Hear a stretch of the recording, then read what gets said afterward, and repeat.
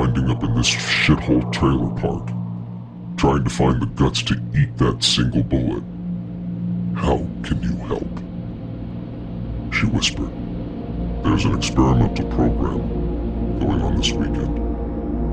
If you volunteer for it, you'll be given $1 million, and we'll work with CPS to get your son back. Sarah snorted. $1 million and Jack? This is a joke, right? It's for real, Sarah.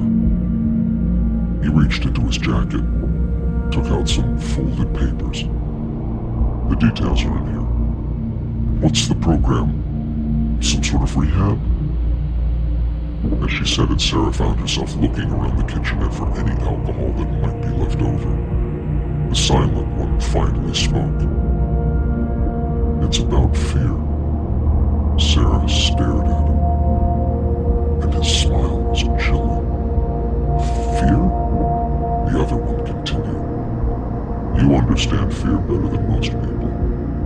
The government wants to study how you react to fear. Why? Understanding fear can lead to controlling it. Certainly you can see the advantages to that.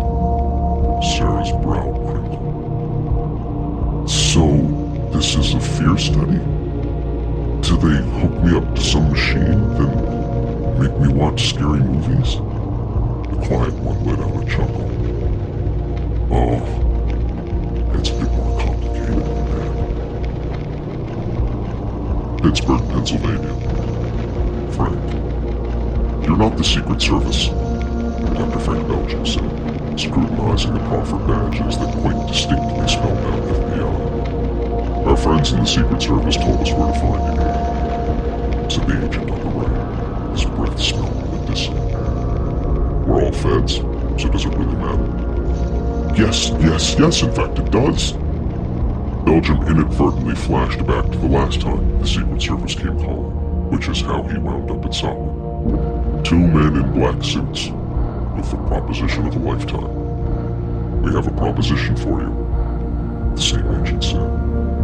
No, thank you. I'm quite done with government work. Have a good night.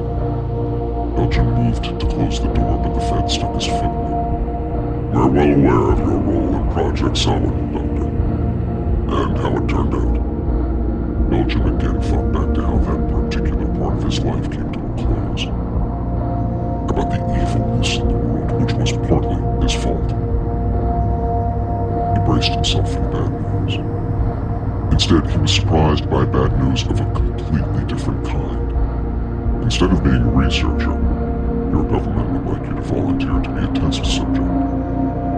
The agent said, on a topic you know intimately well. Molecular biology? Fear, said the other. Belgium wasn't sure, but when the man spoke, he flashed teeth that looked... well, they looked pointy. You're invited to spend the weekend taking part in a unique experiment. You'll be closely monitored to see how you react to fear. As you might guess, you have more experience in this area than most. That's the understatement of the century, Belgium thought. For 1 day of your time, you'll be given $1 million. Plus your old job back in biology. Belgium raised an eyebrow. Excuse me? He'd been justifiably fired from biology years ago, due to negligence. Since then, they'd merged with the pharmaceutical company DrewTech, and had become the premier biotech firm in the world. $1 million. And a job as head of the molecular biology department. Head of the department? That meant pure research. The thing in life Frank loved more than anything else. He allowed himself a few seconds of fantasy. His own lab. Access to the best equipment. The most competent staff in the world. And no more grading ridiculous papers about plants' reactions to household chemicals. Then reality kicked in again, reinforced with some well-earned skepticism. So, this has nothing to do with Samhain? No. Have you... He chose his words carefully. Spoken with anyone else? Several people. but no one you know. Which meant his friends from Samhain, Sun and Andy, hadn't been approached. But working for the government again, could he possibly trust that? The answer came swiftly and with finality. Absolutely fucking not. It's a tempting offer, gentlemen, but I'm going to decline. The lead agent stared deep into Belgium, his eyes emotionless. If you don't accept this offer, you'll be executed for treason. Treason! Belgium squeaked. I've never breathed a word of what happened to anyone. You know exactly what you did, the agent said. You know what you're responsible for. The Fed spoke the truth. And Belgium had waited years for the evil he'd unleashed upon the world to appear again. He spent hours every week monitoring the world news looking for evidence. But so far the evil had remained dormant. Belgium had even begun to hope it had disappeared completely. Your choice is to submit to the experiment and get a large cash settlement along with your dream job. Or be taken to a secret prison and executed without a trial. And that threat extends to your associates, Andrew and Sunshine Dennison, the other said, giving Belgium another quick glimpse of his sharp teeth. I understand they're expecting a child. Do you want to be responsible for destroying their family? Belgium did not want them to die, nor did he want to die. Death was one of many, many things Frank feared. Then apparently I don't have a choice. Where is this experiment supposed to take place? Have you heard of Butler House? Belgium had, and as the blood drained from his face, he seriously wondered if being executed for treason was the better option. Chicago, Illinois. Tom, you think my partner was murdered and it is somehow connected with this game show thing? The Phoebes looked at each other. We've been investigating a man named Dr. Emil Ferenzi. He may be involved in the disappearance of over a dozen ex-military personnel. From what we've been able to find out, he's doing some sort of scientific research on the physical characteristics of fear. He's the one who sent the invitations? We believe so. And you think he may have killed Roy? We're not sure.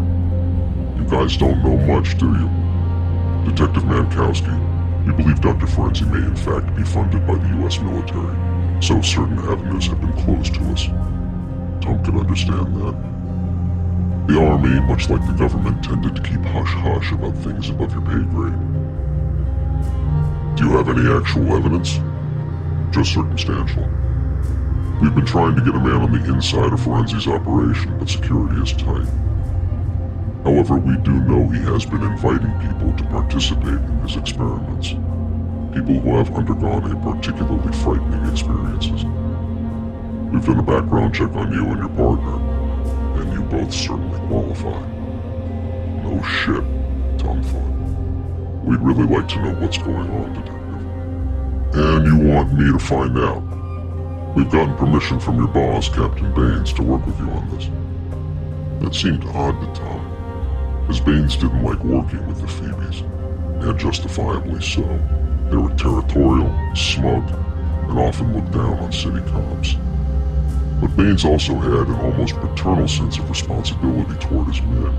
If Roy was missing, the captain would want him found. And you can't do this yourselves because...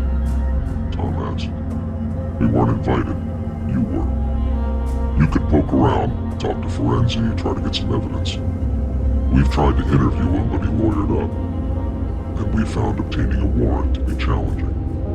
He apparently has friends in high places. Where is Ferenzi? They exchanged another glance. He set up his laboratory in the Butler House. The Butler House? You've heard of it. Next to the house made famous in the Amityville horror, Butler House was probably the most famous paranormal site in America. Tom even remembered streaming a low-budget Netflix movie about it. Located in South Carolina, an insane doctor, the brother of a plantation owner, built a laboratory/dungeon underneath the estate where he performed horrible experiments on the slaves they owned. Tom watched 10 minutes before turning it off. Even though it was poorly acted and the special effects were shoddy, the ghosts in the movie were hideously deformed and reminded Tom of a real night he spent in the real basement of a real mansion. And he didn't need to be reminded of that. Supposed to be haunted, Tom said. Ferenzi is apparently convinced it actually is haunted, and he believes the fear of the supernatural induces the purest terror response in his volunteers. Have you talked to any of these volunteers? No. We've tried to track down those we know of, but they've disappeared. Tom almost laughed at that. Almost. It was ridiculous enough to be the punchline for a campfire ghost story. But neither Phoebe looked amused. How many people are we talking about here? He asked. 2 or 3 dozen, including the missing military men, in addition to them. So you're saying there have been, how many? Maybe 50 people who have disappeared in Butler House since Ferenzi moved in? That number might be low. And no one has done anything? We're trying to do something, Detective, which is why we're at your apartment at 3 in the morning. Tom rubbed his eyes. I need to think about this. Do you have a number I can reach you at? One of the agents produced a card and held it out. We really would like to see that invitation, he said, pinching the card so Tom couldn't take it. When I find it, I'll show it to you. The Fed released the card. Special Agent John Smith. Go figure. We've heard that Ferenzi is conducting another experiment this weekend. Our informant says guests are being picked right now. Who is this informant? Neither agent answered. Obviously the Bureau had their need-to-know info, just like the military did. Good night, gentlemen, Tom said. You can find your way out. They left without so much as a nod. As soon as the door closed, Tom went to his cell phone and called Roy. It went straight to voicemail. Roy, it's Tom. Call me back as soon as you get this. It was too early in the morning to call Gladys, Roy's ex-wife, so instead Tom went into the bedroom and found the FedExed invitation. He snapped on a pair of vinyl gloves he kept in his drawer and pulled the invite out of the blue and orange cardboard mailer. It was a standard 8.5 by 11 sheet of paper, off-white, and heavy stomp. The writing on it appeared to be calligraphy. Survive the night in a haunted house and receive $1 million. Call 843-555-2918 to confirm. Invitation 3345. Tom turned the paper over, finding nothing, then looked for a non-existent watermark. Next, he sniffed it, and it smelled like paper. Finally, he took out a magnifying glass and studied the script. It was inkjet, not handwritten.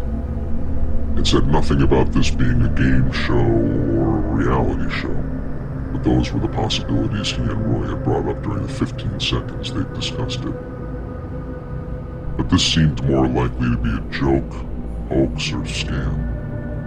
And yet the Phoebes were extremely interested in this invitation, and they didn't think this was a put-on. Tom switched on his computer monitor, so he was still on the Skype program he used to talk to Joan. She was offline. He frowned, then Googled Dr. Emil Ferenzi, spelling it like it sounded. He found him on the LinkedIn social network. Born in Brazil 56 years ago, his father Italian and mother a native. Moved to the US when he was a child, full scholarship to Brown, doctorate at MIT. Then he went to work for the DoD and apparently still did. Specialties included a bunch of technical and science skills that Tom had to scroll down to read completely. So why does a genius scientist believe in something as ridiculous as the supernatural? Tom squelched the thought. If he described some of the very real things that had happened to him, the majority of the world would think they were ridiculous as well. trying to keep his mind open, he searched for Butler House on Google and found a website dedicated to it. Tom settled back in his desk chair and began to read. Building history. Butler House was built in 1837 by wealthy landowner Jebediah James Butler on a cotton plantation in Solidarity, South Carolina, 50 miles outside of Charleston. Boasting more than 150 rooms in the neoclassical antebellum style, it was home to Jebediah, his wife Annabelle, and his younger brother Colton, until their deaths in 1851. Construction began in 1835 and faced many setbacks, including a severe storm, a fire, and the deaths of 3 workers. One died when a pallet of bricks crushed him. Another was scalded to death by hot tar. The third fell into the concrete foundation when it was being poured and drowned there. A generally accepted rumor is his body wasn't discovered until the concrete had cured, and it was unable to be removed, so Butler indicated more concrete be poured on top of him. Many point to this lack of a proper burial as the beginning of the rumors that the property was haunted. Others contend that the source of the problems was the land itself.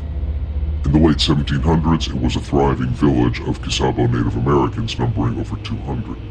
The village was burned, its people massacred, by white settlers desiring the fertile land. During the lengthy and troublesome construction, Annabelle had been heard to say, "Maybe the Lord doesn't want us building this house." The slow completion time is also attributed to the architectural demands Butler made. He hired 3 different architects, each to design a different part of the building, so no one but Butler knew the exact layout.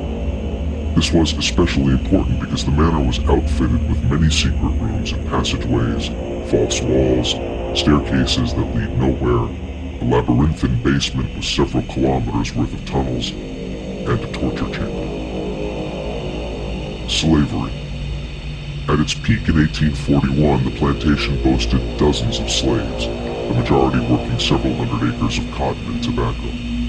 Butler was known to openly boast that he was breeding his own workforce, and many of the slaves born on the property were fathered by Butler or his brother. On several recorded occasions, if a child born on the property was too light-skinned, Butler would feed it alive to the passel of hogs he kept on the property. Butler soon became one of the largest slave buyers in the South, which caused one of his contemporaries to remark, "Butler has purchased so damn many he could farm the entire state." But at any given time, Butler never seemed to have more than 50 slaves working for him, even though records have shown he had bought more than 400.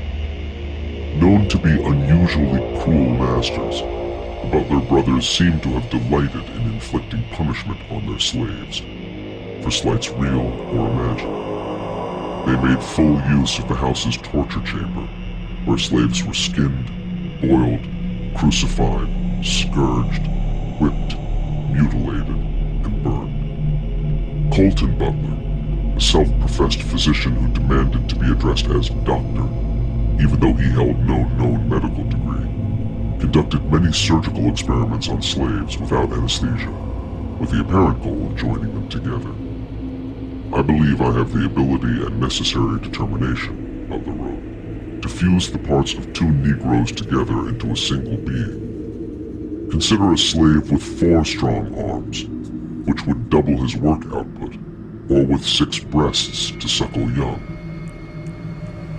Rebellion. The Butlers hired 10 armed men to guard them and their property. They were known to be as cruel as their employers.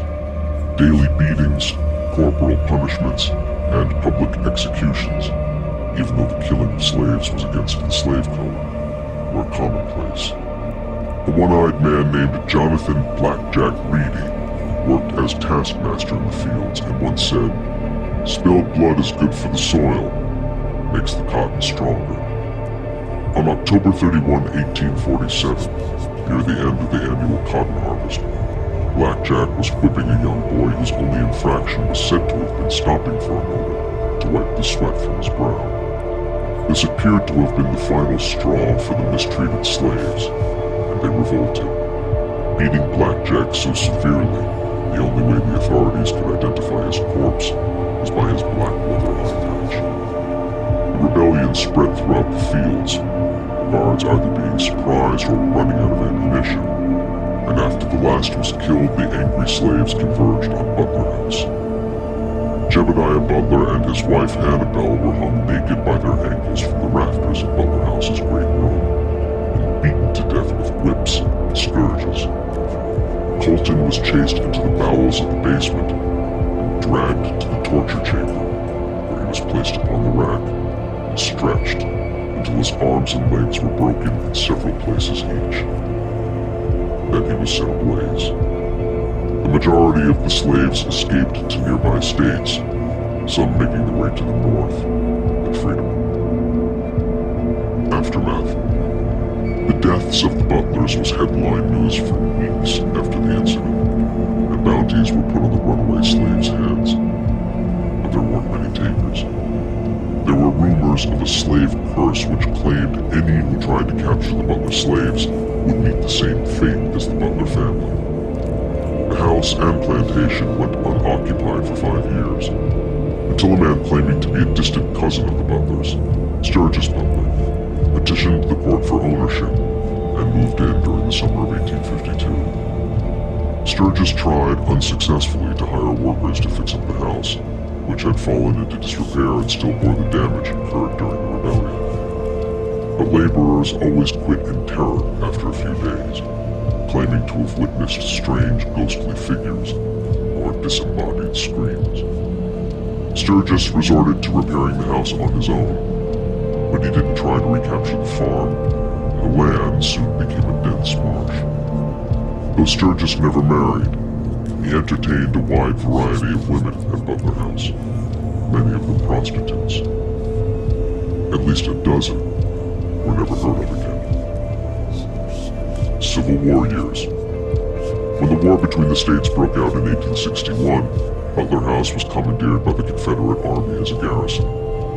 Between 1861 and 1865, at least 6 soldiers committed suicide on the grounds, and 16 more were remanded to a local insane asylum, ranting about supernatural phenomena.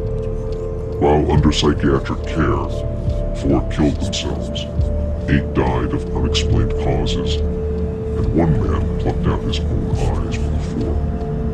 Sturgis, exempt from the draft because he worked as a druggist, remained at the house during its occupation by troops, though he kept to himself in a closed-off wing of the basement.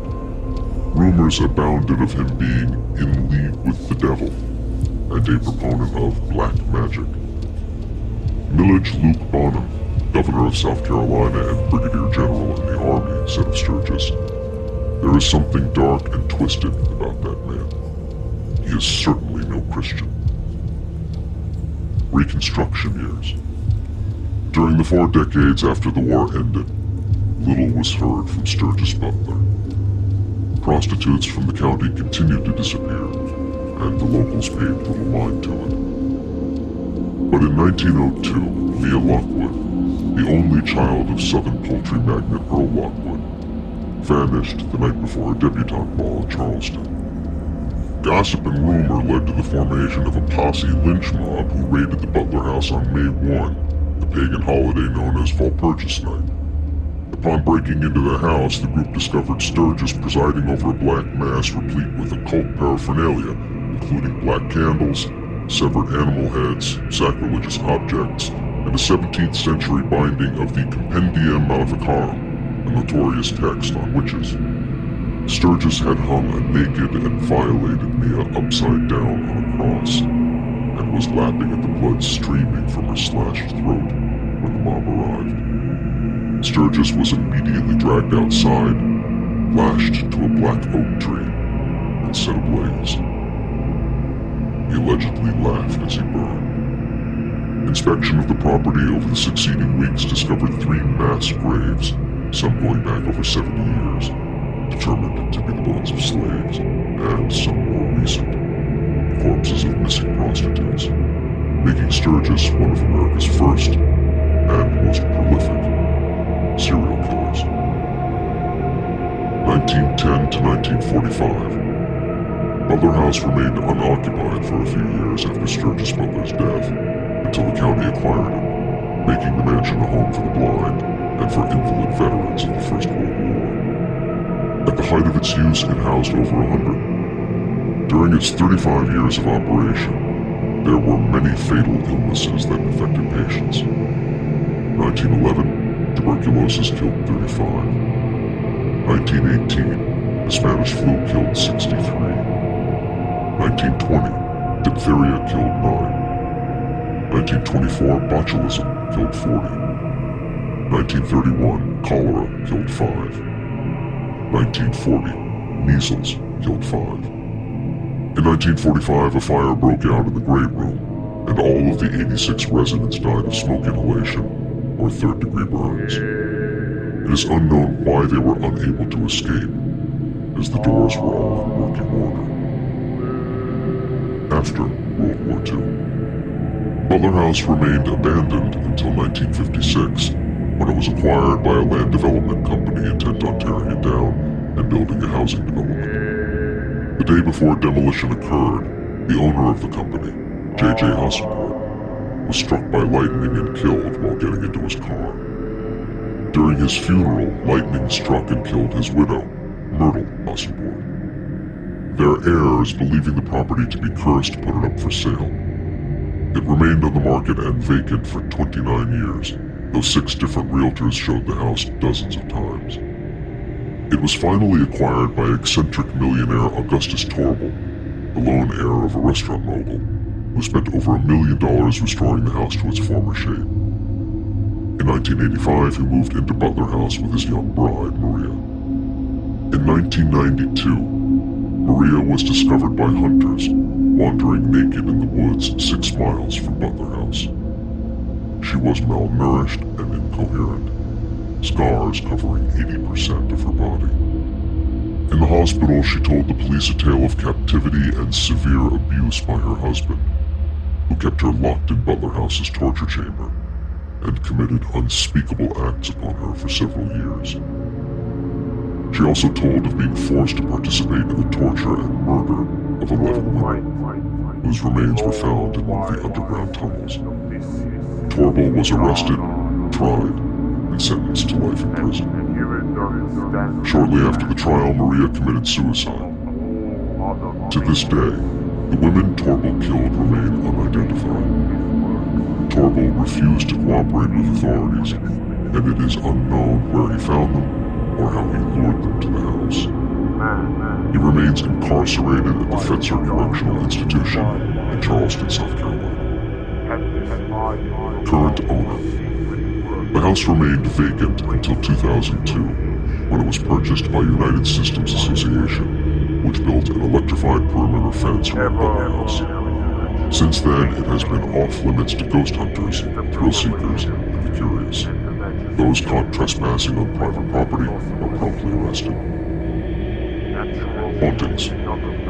During its 176-year history, dozens of strange happenings and unexplainable phenomena have been linked to Butler House. Some highlights include 1848, a string of arsons in Charleston, including 6 churches that burned to the ground, were attributed to a shadowy figure with an eye patch. Several witnesses swore it was the ghost of slave driver Blackjack Reedy. 1863, 8 Confederate soldiers staying at Butler House reported a floating ball of light that roamed the lower tunnels at night. It had the ability to go through walls and locked doors, and if it touched a person, that person died of fright. 1908. There were 7 verified attacks and sexual assaults on women in the Charleston area by an assailant whom they claimed to be Sturgis Butler, 6 years after his death. 1915.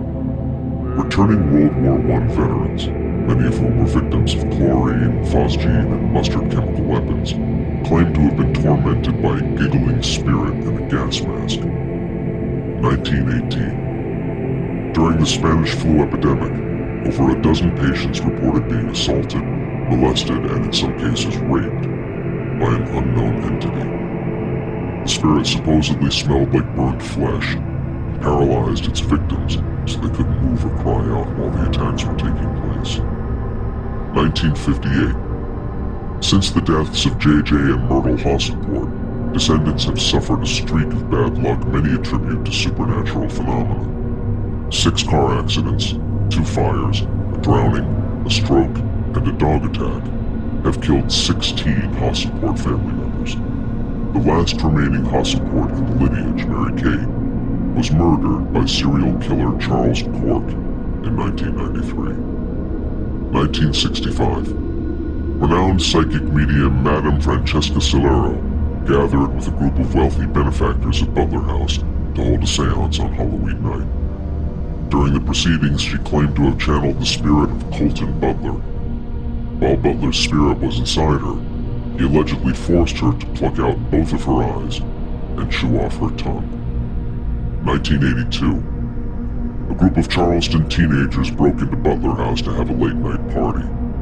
Shortly after arriving, one of the teens' gums began to bleed for no explainable reason.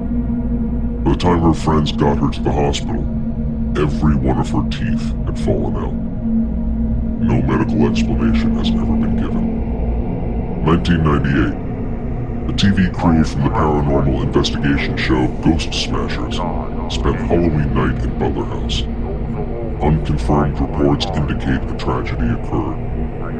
No one knows what happened, but the host, Richard Reiser, immediately retired from television without the program ever airing. Tom clicked on the photos section of the website. The first picture looked a lot like the White House, but no columns and a darker color. The second was of 3 people, the Butler brothers and Annabelle. Jebediah Butler was a bespectacled man with white hair and a Van Dyke beard. He looked a lot like a fatter Colonel Sanders, minus the mirth. His wife was also plump, and either there was a spot on the photo or her left eye was severely crossed. Colton was the tallest and rail thin. He leaned on his cane, hunched over as if his back was hurting, and he had one of those walrus mustaches with the ends curled up and waxed. The next photo looked like a hole in the dirt filled with rocks. Tom had to read the inscription to understand what he was seeing. Over 4,000 human bones found buried on the property. Creeped out, he made the mistake of clicking on the next photo, which was a shirtless African-American man who had so many scars on his body, he no longer looked human. As Tom hurried to hit the escape button, something in the image stopped him. Something hanging on the man's mangled shoulder. A third arm. It was small, withered, hanging over his chest like a wrinkled leather belt. But there were clearly 5 fingers on the end of it. And they were... holy shit. The fingers are holding a tin drinking cup. Tom zoomed in, trying to spot if the photo had been altered, but it looked real enough. What the hell was wrong with somebody? Assuming even some of the facts on the website were true, what could make someone treat his fellow man like that? Tom went to the next picture, partly out of morbid curiosity, partly because he wanted to see the Butler's killer was coming to him. He was rewarded by a photo that looked like 2 bloody skinned deer carcasses. Wrong again. The caption read, "The bodies of Jebediah and Annabelle Butler." They had every inch of skin on their body ripped off. Thankfully, there were no pictures of the tortured Colton, but there was a portrait of Sturgis Butler. Tom was shocked at how much he looked like Vlad the Impaler. Same dark, bulging eyes, same pointy black beard. Tom found himself staring into those eyes, revulsion wiggling in his stomach. Next came a picture of the house after the fire in 45. The structure remained intact, but there was telltale soot and fire damage surrounding the windows and front doors. Tom was going to move on to the next page, but something in the photo caught his eye. It made the JPEG the size of his monitor. In one of the blackened windows was a speck of white. Tom zoomed in further. The white speck looked like the ghostly face of a man screaming. The was a sound and a movement to Tom's right, and he immediately glanced over his shoulder, adrenaline kicking in, watched as his bedroom door closed by itself. As his fight or flight response kicked in, Tom remembered his window was open a crack. The draft sometimes blew the door open and closed, something that happened often enough that Tom actually looked it up and discovered it had to do with air pressure in the room. Still, it was disconcerting after reading the history of Butler House. Tom's mouth was dry. His heart was doing a foxtrot, and he both felt and saw all the tiny hairs in the backs of his hands stick straight up. He was afraid. And the Phoebes were right. Tom knew more than most what it was like to be afraid. He didn't like it. Not one bit. Tom stared at the phone, wanting to call Joan. Hearing her voice would reassure him, calm him down.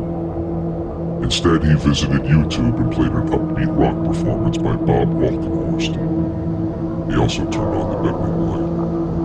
In the bright room with the music playing, Tom felt less frightened, but he couldn't relax enough to sleep. Every time he closed his eyes, he saw that poor, scarred, three-armed slave. And thought of his partner, Roy. Mililani, Hawaii. Fran. Fran stood in the safe room with her family, watching the porch monitor. The two men who stood at their front door looked around when Josh hit the intercom button and spoke. Who are you, and what do you want? Mr. Van Camp? They still couldn't find the camera. We're from the FBI. We want to talk to you and your wife. Josh glanced at him and Fran gave her head a smash. We're not interested, Josh answered. Go away. It's an opportunity for you to each earn $1 million. $2 million? Duncan said. Mom, that's a crap load of money. And probably a crap load of trouble, Josh added. What?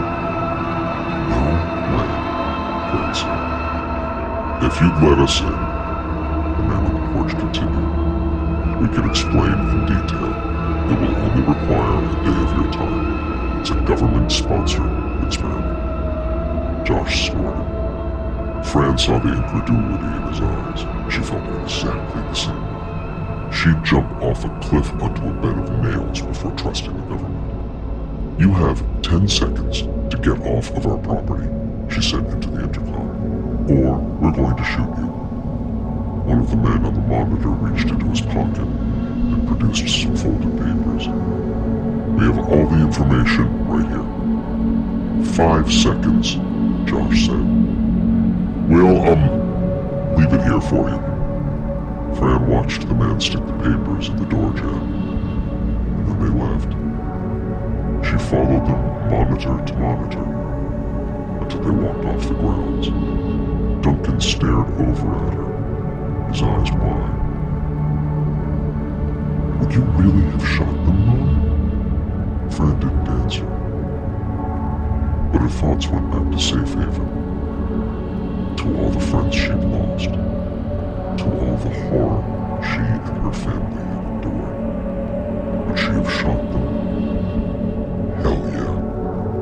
No one will ever have a chance to harm her or her family again. Not as long as Fran still had the strength to rack a shotgun and pull a trigger. Cleveland, Ohio. Mal. It's just for 24 hours, said the FBI agent in the doorway.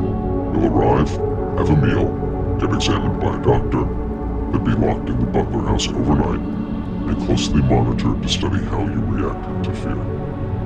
So they'll be purposely trying to frighten us? Deb asked. Mal had tucked the gun into his bathrobe pocket, and his wife was holding his hand so hard she was cutting off his circulation. It's a fear study, the agent said. You both have had unique experiences that make you ideal candidates. And we live with those experiences every day, Mal said. His apprehension had been fading since they answered the door, and was slowly being replaced by anger. You have no right to come here and make this offer.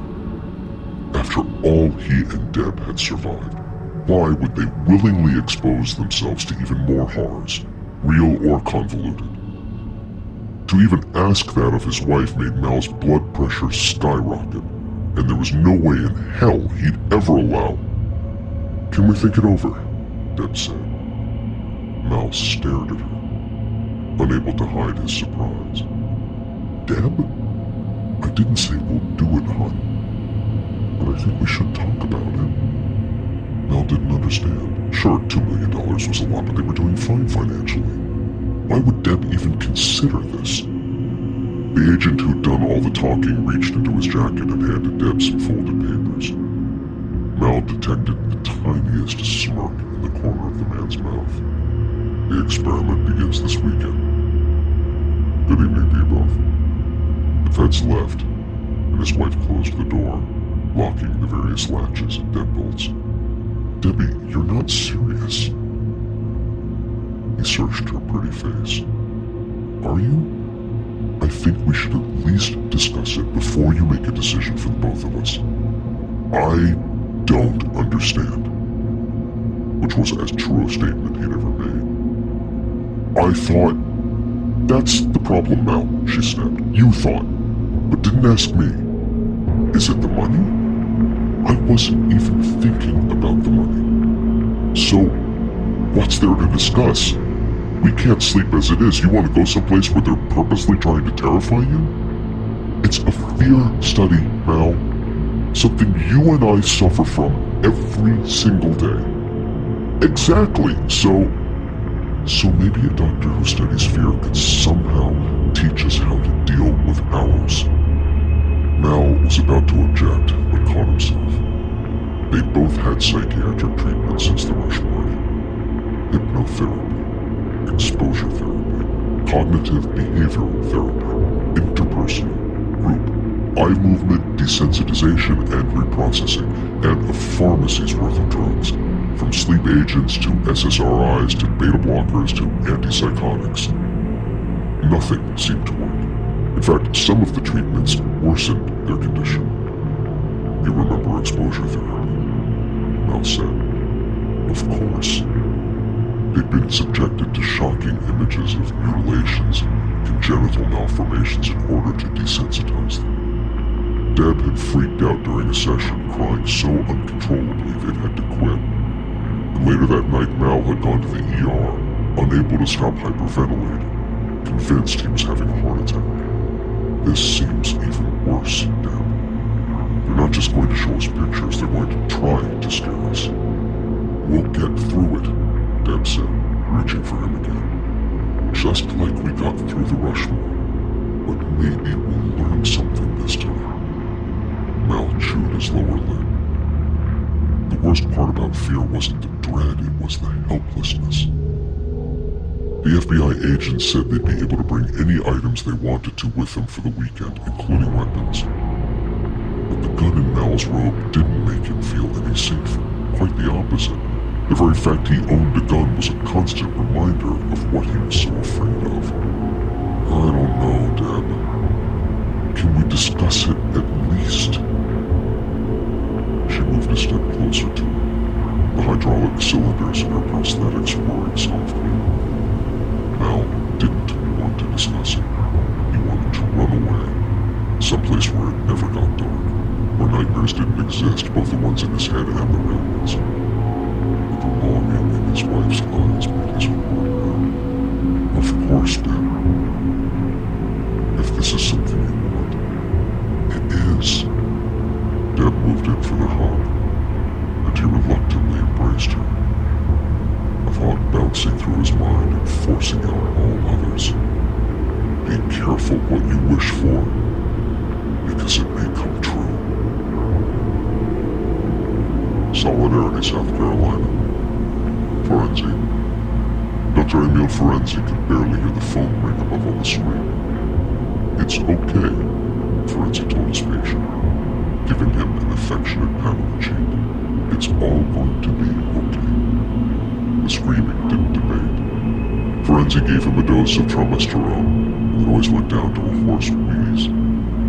Ferenzi answered the phone located on the wall next to the EKG machine. "I'm with a patient," he said into the receiver, which wasn't unnecessary because he was always with a patient. Even at ungodly hours like this, who could sleep when there was so much to do? "We have a head count for this weekend." "Go on." 3 confirmed. "And the others?" "Still deciding." Ferenzi frowned. He'd been hoping for better results. "Which 3? Sarah Randhurst, Monty Draper, Frank Belgium." Ferenzi rubbed the stubble on his chin, and his eyes drifted across his laboratory. Besides his patient and the various pieces of equipment, there was a large glass apparatus on a stainless steel table, which looked like something out of a mad scientist movie. It was currently distilling a batch of Serum 3. That serum, Ferenzi knew, was going to win him a Nobel Prize. Some believed that most of humanity's conflicts, be it person to person or country to country, were based upon one possessing something the other one wanted. Land, oil, water, food. Religious and political differences were used as excuses to dehumanize the enemy and grab their resources. But Ferenzi knew that this greed was bolstered by another, even more base and powerful emotion. Fear. Mankind reeked of fear. This fear led to distrust, and ultimately to hate. Being able to conquer fear meant a fresh start for the world. "Let me know if the situation changes," he said, then hung up. Of the 3 who signed on, Dr. Belgium interested him most. A molecular biologist, he would recognize what Ferenzi was doing here. It would be refreshing to talk to someone who could grasp the magnitude of this invention, who would understand it. He turned back to his patient, whose eyelids had drooped in sleep. Ferenzi yawned sympathetically. "You're exhausted, my friend.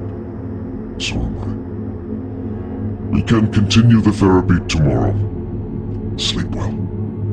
Ferenzi left the lab, walking into a hallway that looked more like a tunnel in a coal mine than the basement of a mansion. The floors were crumbling concrete, the walls lined with stacked railroad ties. There were wood ceiling braces every 5 meters, and Ferenzi wouldn't have doubted the bare 60-watt bulbs hanging from them were older than he was. As he passed beneath one, it buzzed and flickered. One of the many ghosts of Butler House demanding attention. Ferenzi paid him no mind. Instead, he took the hall to a fork, went right, and headed for the veterinary clinic. As he approached, he heard some lone trilling, and recognized it as Gunter's. Ferenzi's spirits dipped and his pace quickened. He entered the clinic through the metal push door and beelined for Gunter's habitat, which was situated to the right. It was several cubic meters in size, with a window of clear, unbreakable plexiglass.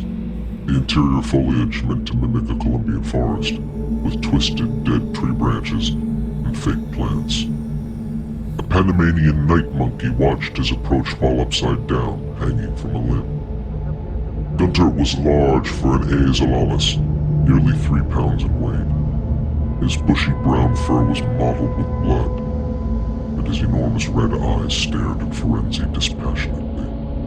"Gunter, Gunter, what have you done?"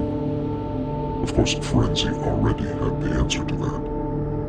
Gunter's 2 cage mates, Capuchins named Laurel and Hardy, were dead on the fake grass in the habitat. They'd been dismembered and eviscerated, their insides strewn across the bathing pond and staining the water pink. "You just can't play well with others, can you?" Ferenzi shook his head and dissed. Gunter stared, unmoving. Aphobic. Ferenzi picked up the clipboard next to the habitat, recorded the event, and then flipped through the previous 5 months to get an accurate count. "This makes 28, he said. "You're a regular little monkey serial killer." Gunter grunted, as if agreeing. Ferenzi left a note for the morning help to clean the cage and order more monkeys. Serum 3, for all of its potential, still had some kinks to work out. There was undoubtedly a broad line between fearless and homicidal, but Forensi hadn't found it yet. I think we'll lower your dosage, Forensi said. Maybe then you'll be able to make friends. Gunter continued to stare, and Forensi wondered how much the Night Monkey actually understood. Besides the expected changes to Gunter's amygdala, the primate's frontal lobe had also enlarged, increasing his intelligence. Forensi wondered, half joking, if one day Gunter would become so smart, he'd solve the dosage problem himself. Gunter dropped from his upside-down perch, startling Forensi with a sudden movement. Without taking his big eyes off the doctor, he reached for a dismembered Capuchin leg and began to gnaw on it. Apparently, I don't need to feed you, either, Forensi said. Gunter grunted. There was a great crash from above, and a small plume of dust drifted downward. Both Gunter and Forensi stared at the ceiling. Directly above them was Butler House. At this time of night, it should have been quiet, but it rarely was. I wonder if monkeys have ghosts, Forensi mused. Perhaps your friends Laurel and Hardy will visit you tonight, Gunter. And they probably won't be pleased with the whole murder, dismember, and cannibalism debacle. But then that wouldn't scare you, would it, Gunter? Nothing scares you at all? Forensi wondered if he should mention Gunter during his Nobel Prize acceptance speech, since the animal had been essential to his research. If so, perhaps the multiple killings should be downplayed, or left unsaid. Good night, my friend. And don't eat so quickly, don't choke. Forensi left the lab, turning off the overhead fluorescent lights of his experiment and dying in the dark. Chicago, Illinois. Tom. After 4 hours of troubled sleep, Tom reached for his cell phone next to the bed and hit redial. It went straight to Roy's voicemail. Peering at the nightstand clock, he judged 8 a.m. to be late enough to call Roy's ex-wife. Tom located the number in his address book, and she picked up on the second ring. Hi Gladys, it's Tom Mankowski. Is Roy with y'all? Fool missed his visitation time with his daughter. Hell.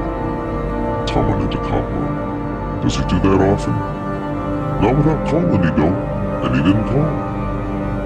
She was really upset, Tom. I was too. I had plans. Tell him we're both extremely disappointed in him. You hooked up with some hoochie mama and lose track of time? Now he's playing you to smooth things over? Hoochie mama? I don't know where he is, Gladys. Really? This isn't a game? Gladys's voice had shed its ghetto attitude, and Tom sensed the concern. Apparently he's been missing since last week. A week? Oh, Jesus. Tom, what do we do? I'm going to look for him, Gladys. Thank you. Please keep me posted, okay? Sure thing. And if you hear from him, please call. I will. What should I tell Rhonda? Double hell.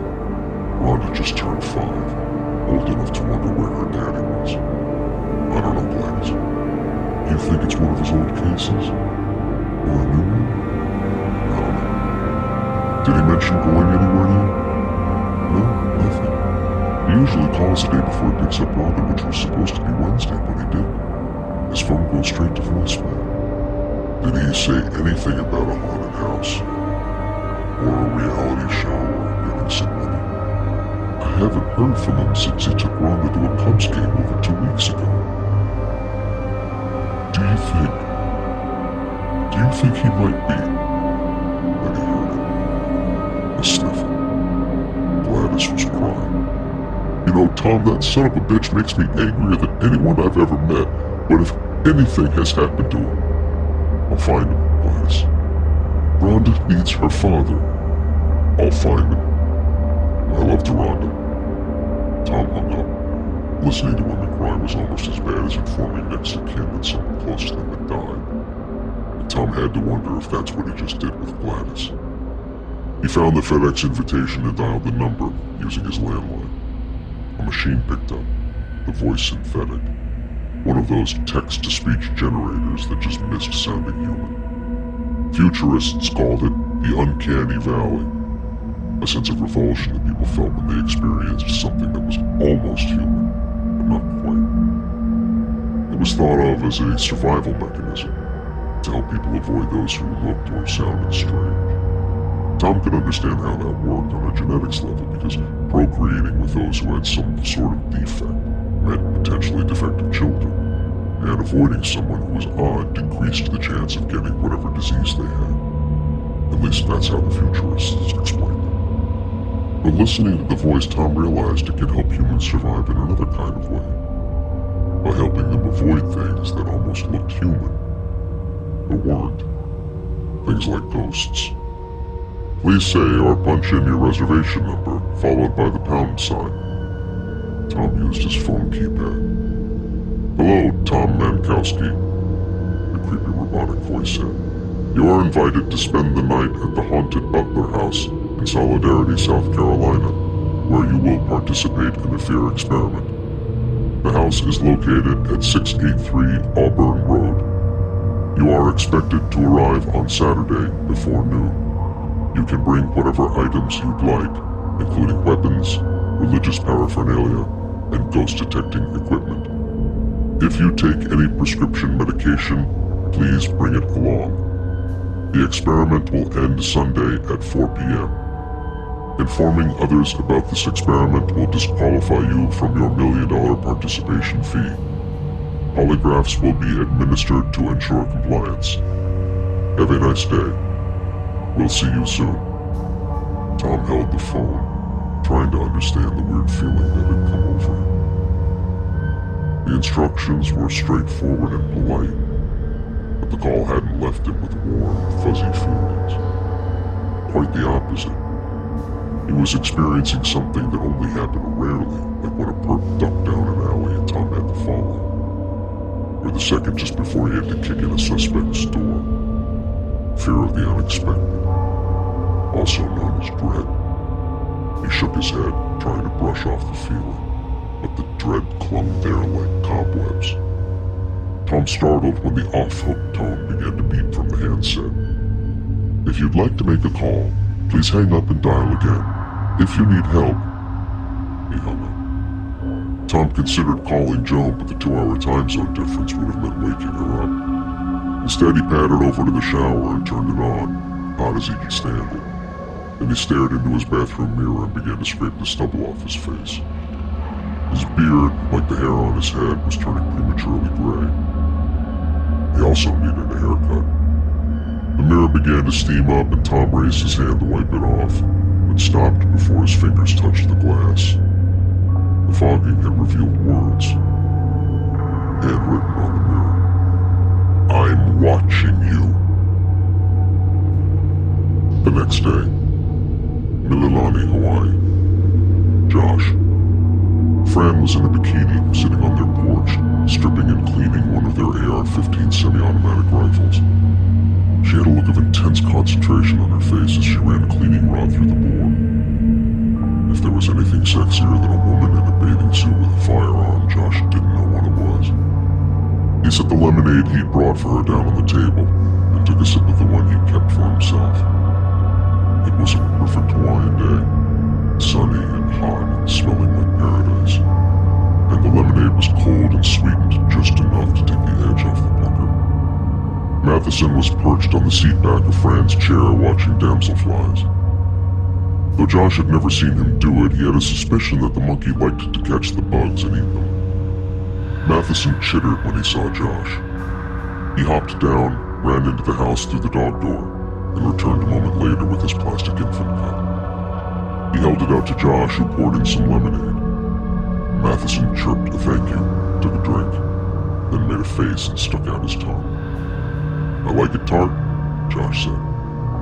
Matheson set down his cup, ran inside again, and came out with a packet of sugar and a spoon.